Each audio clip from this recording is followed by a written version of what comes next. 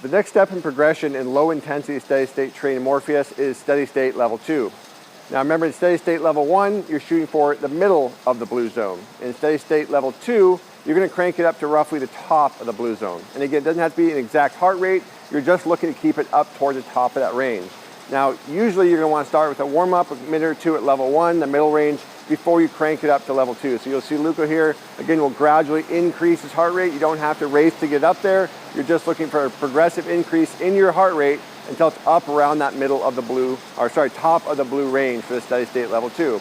Now, once he gets it there, he's just going to keep it. And if you're unsure what that top of the blue zone is going to look like, you can see that in Morpheus by clicking on your zones from the main screen, and then that'll give you a range of where the top of the blue zone is going to be.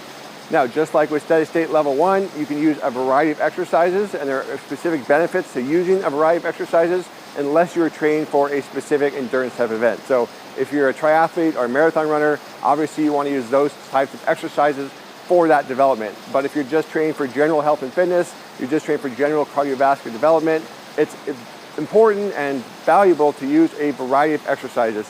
You can see here he's getting up closer and closer towards that top of the blue range, and as he gets it there, again, he's just going to hold it.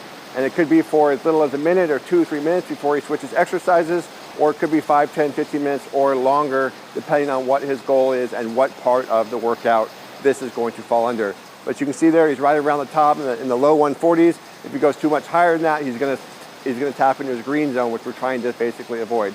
Now, if you do hit it, it's not the end of the world, but again, the goal here is just right around the top of that blue range. So as long as he's in that basic range, then he's going to be where he needs to be for the steady state level 2. And again, you can use steady state level 1 and 2 in conjunction as part of your warm-up.